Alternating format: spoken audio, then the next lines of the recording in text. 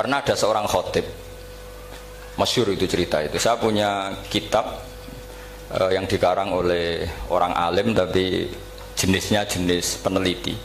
Meskipun nanti pas analisisnya saya juga agak setuju, tapi ya riwayatnya saya setuju. Itu ada orang khotib baca ayat wala tangkihul musyrikati hatta yu'min wala amatum mu'minatun khairum min musyrikati walau ajabatkum. Dia masih baca wala tangkihul musyrikina hatta yu'minu, masih baca bi fathita karena depannya bi fathita, belakangnya juga fathita. Maka maknanya menjadi gini, wala tangkihu lan ojo nikah sira kabeh, karena ini mutaaddi yang ila maf'ulin wahid. Kowe ojo nikah sira kabeh lanang, karena ingkaha atau ya ingkahu. Karena wala tangkihu berarti la tangkih, la tangkiha, la tangkihu. Berarti khitabnya pada jamak mudzakkar salim.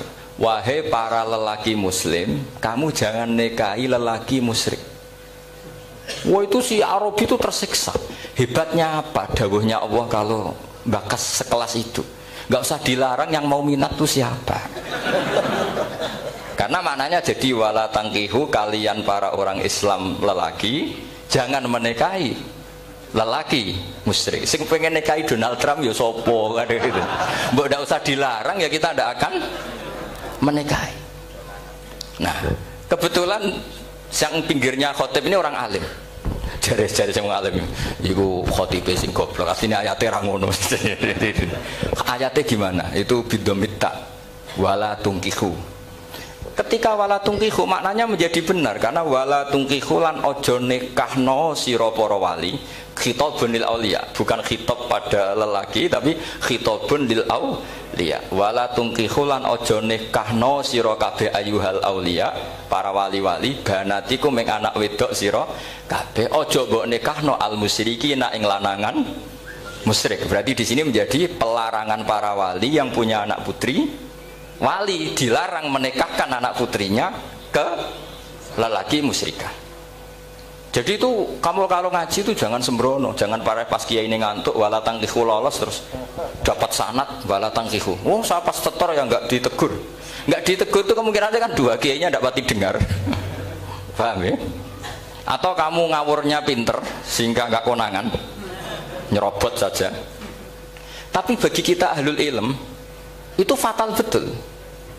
Sehingga orang-orang ahlul ilm itu mesti mengharokati sekian mawadi uzalal istilahnya, karena bahaya. Jadi ya, saya ulang lagi ya, mestinya bacanya wala tangkihul musyrikati hatta yu'min bi fathita. Itu betul, wala tangkihul lan ojo nikah sira kabeh lanang Islam ke ojo nikah al musyrikati ing wadon perempuan musyrikah. Tapi kalau yang kedua harus dibaca bidomita wala tungkihu lan ojo nikahno sira kabeh para wali ai banatikum, maf'ul bih awal dibuang ing anak wedok sira kabeh, ojo mbok nikahno al musyrikin. Tapi sekali dibaca wala tangkihu maka kualitas maknanya itu seperti tadi, wahai para lelaki mukmin jangan nikahi lelaki musyrik. Makanya si Bedui ini tanya, apa betul itu kalamu? Iya. Masa Allah ngendikan sekacau itu? Kecewa dia, masa ada ayat Quran yang dipuji-puji jami'ul kalim kemudian kualitasnya seperti itu. Jare wong alime yo khotib sing goblok orang ngono. Artinya apa? Ketika Quran dibaca secara salah, entah makhrajnya, entah halafatnya atau harokatnya, ini Arabi saja tahu, karena Arabi pun punya adzauqus salim. Karena adzauqus salim tidak didominasi para mukri atau para kiai atau para ahli Quran. Orang yang salimatuz dzauq juga bisa. Sehingga pernah ada seorang khotib juga, ini cerita-cerita Bedui. Orang khotib pidato khutbah, fawarabbis samaa'i wal ardi innahu lahaqqum mislama annakum tantikun. Demi Tuhannya langit dan bumi, bahwa apa yang dijanjikan Allah pasti terjadi. Lahaqqun itu maknanya terjadi. Itu si Arabi tadi langsung tanya ke khotib, Pak khotib, man dalladzi akhdhabal jalil hatta alja'hu ilal yamin. Siapa yang bikin Allah murka sehingga Allah terpaksa sumpah? Mana orangnya? Karena kalau dalam tradisi balaghah sumpah itu sudah tersinggung. Misalnya saya punya utang sama Gus Dar ditagih hari ini, hari Selasa. Gus utangnya bayar. Paling saya bilang, nggih Gus sesuk. Ketika sesuk ditagih lagi, nanti Kamis ditagih lagi. Kalau saya mulai tersinggung pasti wawahi. Jadi orang kalau sampai sumpah itu bukti apa? Tersinggung. Karena kalau dalam balaghah disebut Kalau mukhotab tuh kholiyat dhihni tidak usah taukid, tapi kalau mulai mutaroddid agak ragu dikasih taukid. Kalau banget nggak percaya nih dikasih sumpah. Itu mesti terusannya juga. Itu kaidah tuh, nggak bisa nggak. Karena al-yamin atau al-qasam itu ya dulu alal ghadab. Makanya langsung si Arabi tadi tanya, "Mangdalladzi akhdabal jalila hatta al-jawil al-yamin?" Siapa yang bikin Allah tersinggung sampai Allah terpaksa sumpah? Ini dzauqul Arabi, dzauqul Badawi, orang yang sangat betul. Karena Quran mutawatir, mutawatir lafdzon wa dzauqon wa balaghatan wa nahwiyan dan sebagainya.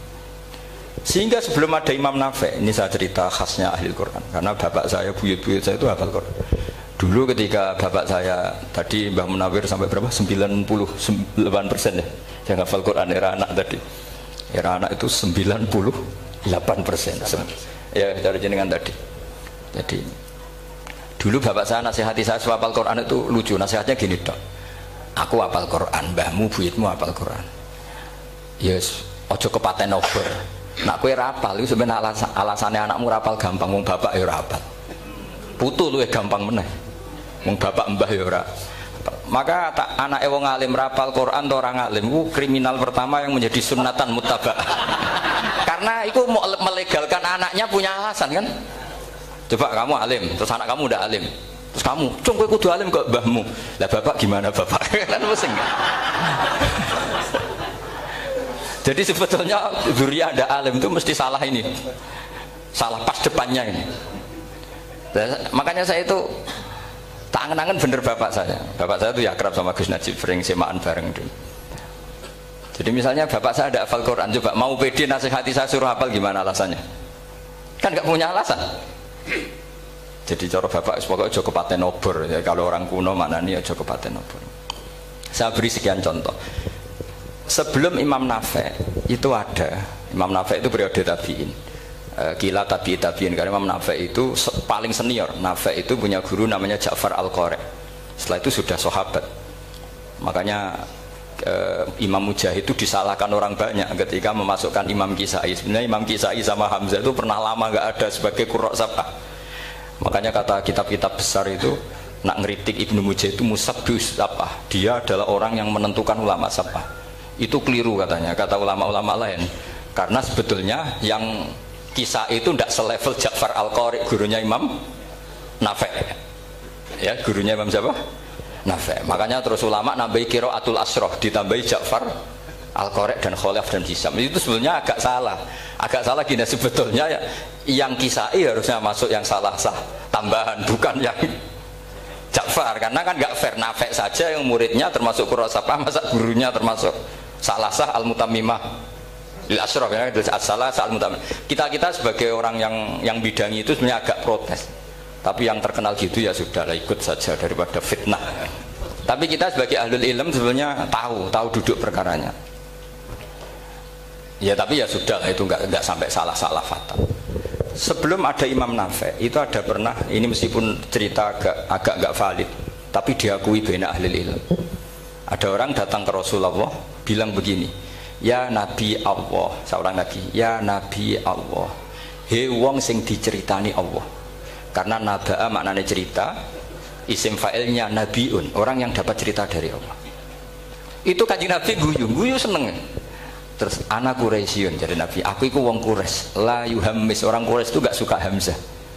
Jadi kalau saya baca ya Nabi Allah. Tapi terus setelah itu ada Imam Nafi'. Setelah periode sahabat, tabi'in ada orang bernama Nafi'. Imam Nafi' itu muridnya Ja'far Al-Qari. Itu dia mengatakan itu mahmusullah. Coba kita kalau baca coba amma yatasaalun, coba anin nabail azim, berarti naba apa? Mahmusullah. Nabi ibadi, nabi nyeritakno sira ibadi ing pira-pira kawula ingsun anni anal ghafurur rahim wa nabbihum an dhaifi Ibrahim. Semuanya pakai hamzah. Tapi pas isim fa'il Imam Asim mentakhfif hamzah menjadi ya. Sehingga beliau baca ya ayyuhan nabiyyu. Imam Nafi' enggak mau, ini mahmusul lam, sehingga dia baca tetap ya ayyuhan nabiyyu. Andai kan aku ra kadung ditakdir melok qiraah masyhur, aku melok Imam Nafi', yakin. Karena menurut saya lebih sorofnya lebih lurus, lebih urut. Andekan saya enggak, tapi takdir saya kan harus Asim, harus Nabiyun, enggak Nabiun. Tapi barokahnya Imam Nafi, akhirnya kita tahu. Andekan tahu-tahu ada iya, ini cara Pak Muhtarom Busro, mesti dikira nakis yai. Karena naba yang bunubuan atau haza yahzu huzuan. Padahal enggak dari haza yahzau hus'an. Nah ketika jadi hus'an ini hamzah ditakhfif jadi wawu huzuan. Maka dikira asapa huzuan, hus'an, huzu'ah. Sama kafa yakfa'u kuf'an. Tapi Imam Asim bacanya kufuan. Itu kan aneh loh, ini mahmus kok digenti. Wow. Nah kamu tidak tahu anehnya. Karena enggak nekuni itu. Mengapa lawe sangel mikir ngono barang itu. Ah sementing wayu semaan wis kok ribet. Nah kita ini kadang kriminal baru. Maksudnya asal lari semaan wis ora tau mikir ngono. Kita yang nekuni tafsir pusingnya kufuan. Ini wawunya itu karena bawaan nakis. Apa bawaan mukhaffaf minal hamzah? Karena hamzah itu tsaqilah. Sehingga dalam ulumul Quran yang diantaranya menganalisis itu disebut wal Quraisy la yuhammis wat tamimi yuhammis. Memang orang Quraisy itu anti hamzah. Orang Quraisy itu gak suka hamzah. Nah, Ali, Sayyidina Ali ini orang Quraisy. Kita tahu Ali bin Abi Thalib bin Abdul Muttalib bin Hashim. Itu jelas orang Quraisy. Sehingga dia anti hamzah juga. Makanya Ali kalau baca ya kayak Kanjeng Nabi, ya ayyuhan nabiyyu. Tapi Bani Tamim gak suka seperti itu. Sukanya yang asli, ya ayyuhan nabiyyu. Nah, Imam Nafi itu termasuk marganya atau ikut secara panutan, ikut orang Bani Tamim. Makanya ketika Quran itu turun bi harfin wahid, itu Nabi susahnya minta ampun. Sampai as'alullaha mu'afatah, saya minta ampun ya Allah. Zidni, saya harus ditambah. Dalam riwayat falam azal astaziduhu. Dan Nabi jelas-jelas mengatakan inna ummati la tutiku dzalik. Kalau hanya pakai satu lughat umatku gak mampu. Karena kalau Banu Tamim itu disuruh mentakhfif gak bisa. Dia gak bisa baca ya ayyuhan nabiyyu. Bisanya ya ayyuhan nabiyyu. Ini biar calon rektor pusing. Kalau nganalisis sosial tuh gampang, lembaga polling bisa. Lembaga polling itu apa? Bisa. Penggaweannya kan gawe pola. Mau pola kecenderungan orang gini-gini itu. Nah ini kecenderungan santri di polling juga. Ya saya ulang lagi ya. Tapi barokahnya qiraatun Nafi. Yang saya ulang lagi, sebetulnya Imam Nafi itu tidak mubtagir, tidak yang pertama melakukan itu. Orang-orang Arabi Bani Tamim itu ya dulu kalau manggil Nabi ya Nabi Allah, bukan ya Nabi Allah tapi apa? Ya Nabi Allah. Maknanya luwih jelas. He wong sing tok cerita sangka Allah. Buktinya lihat di fi'il amarnya. Nabi ibadi. Coba Nabi nyeritakno sira ibadi. Berarti maksud kalau dimaknani pakai khitab, Nabi nyeritakno sira ya Nabi he wong sing tak dadekno Nabi. He wong sing tok cerita. Semuanya mahmus hamzah, mahmus lam. Tapi orang Quraisy gak mau. Sehingga orang Quraisy, lah lucunya itu memang ya lucu entah keramat tak tahu. Gurunya Imam Nafi, Ja'far itu, kalau untuk fi'il itu malah dia setuju ditakhfif. Makanya banyak qiraah innama yu'minu jadi apa? Yu'minu. Nah, jadi Imam Asim disalahno tidak bisa. Jadi dari Imam Asim kira-kira gini, wong aku fi'ile wis tak hamzahno, mosok isim fa'ile hamzah pisan kan gitu. Lah sing Imam Ja'far lucu, isim fa'ile di hamzahno, fi'ilnya ndak. Jadi nak baca ya yu'minu mu'minun. Nah, sorof itu ya ada sisi agak ngawur. Ini Pak Tarom Busro mesti gak terima. Sorof itu ada ngawurnya Pak Tarom. Tapi ya sudah kita terima. Ngawur dengan tanda kutip. Misalnya jenengan kalau nasrif kan amanah yu'minu imanan. Coba kalau Anda jadi fi'il mudhari'. Kenapa saya tidak diiklal sendiri? Amanah asluhu amana ala wazni af'ala. Ubdilat ala hamzatu saniyatu alifan. Mergo istima'ihima fi kalimatin wahidah fasara amana imanan asluhu ikmanan ala wazni if'alan ubdilat alhamzatu saniyatu ya'an mergo liwuku iha ba'da kasrotin fasara imanan. Coba kalau kamu jadi yu'minu, cuma ilmu ini gak syarat jadi rektor aman Pak Mustaqim, gak apa-apa. Syarat jadi rektor gak harus jelimet seperti ini. Tapi syarat jadi wali lah itu. Kalau syarat jadi wali itu harus malah terusannya kudu wayang barang. Tadi saya cocokkan sama Gus Dar. Gus Kiai sing wayah itu kok keramat-keramat. Mbak Munawir istrinya banyak ya keramat. Mbak Kusairi Pasuruan itu Jember wayah ya. Jangan-jangan syaratnya keramat. itu apa ya? Itu analisis sepihak sama saya. Cocokkan sama saya. Tapi itu ndak harus dibenarkan ya. Sudah ini cerita aja. Coba kalau Anda jadi ahli sorof, Anda kan mungkin tidak ahli sorof. Kita yang ahli sorof sama Mak Tarom itu mesti tersiksa. Mungkin saya bilang mungkin. Kalau Anda ahli betul ya silakan nanti ngaco. Saya ahli Gus gak apa-apa. Amanah dielal, yu'minu tidak. Imanan dielal lagi, mukminun tidak. Nah, maka Imam Asim karena dia itu punya guru yang dari Quraisy yang tidak Quraisy. Imam Asim tuh ngepek. Lho sampean karo rasane dadi kulon nate salat hajat khusus ape protes Imam Asim. Tapi kesampean kula nate ngipi. Mergo yo jenengan asline iku nuruti ilmu napa nuruti riwayat tapi tak takoki. Dan itu memang saya rencana kalau ketemu beliau di mahsyar, pertama ketemu saya itu protes itu. Pak Asim gitu kan. Jenengan itu percaya ilmu apa percaya riwayat? Karena beliau itu beberapa kali ngebar, ini saya beri contoh. Ya amanah dielal, yu'minu tidak, kan tetap hamzah. Imanan dielal, mukminun tidak. Sekarang isim fi'il amarnya. Qul ara'aytum ma tad'una min dunillah aruni madza khalaqu minal ardi am lahum syirkun fis samawati tuni fis samawati tuni. Karena dia tahu ata yu'ti itaan fa huwa mu'tin wa dzaka mu'tan. Terus i'ti apa iti? Imam Asim ngeper dua kali, dia tahu orang Quraisy pasti gak suka hamzah, maka bacanya iti. Orang Bani Tamim mesti sukanya hamzah, iti. Daripada ribet tak waca ping pindho. Jadi makanya ini mau saya tanya, jenengan itu wedi guru, karena dia punya guru dua, turunan Bani Quraisy sama Bani Tamim. Akhirnya dia baca ya, fis samawati tuni, fis samawati tuni. Nah murid-murid itu karena gak paham, pokoknya ini rokno. Tapi sebetulnya itu permainan sorof kelas tinggi. Meskipun sorof dikarang ya ono kacone juga. Dulu Mbak Maksum Ali ketika ngarang sorof, mantunya Mbak Hasim Asyari namanya Mbak Maksum Ali. Jadi dua ahli sorof tuh Maksum Ali sama Mbak Ali Maksum. Mbak Maksum Ali kemarin digojok sama temannya kan. Fa'ala yaf'ulu fa'lan, contohnya Nasoro yang suruh Nasron. Bareng fa'ala yaf'ilu fa'lan, contohnya dorba yadribu dorban. Kang kok cepet temen, bar nulung kok mentung kan. Fa'ala yaf'ulu itu contohnya nulung, bareng fa'ala yaf'ilu kok wis mentung. Jabe Mbah Maksum, dunya kan. Kok kecepetan, maksudnya masuk bar nulung kok terus. Jadi, karena kadang orang yang ditulung ya dablek harus dipentung gitu. Saya beri contoh, jadi kelihatan Imam Asim itu nyuwun sewu juga tidak konsisten. Imam lain juga tidak konsisten, tapi tadi semua itu barokatul ilm, juga barokatul riwayat. Kamu jangan hanya bilang itu barokatul riwayat, juga barokatul ilm. Coba sekarang tak bedai.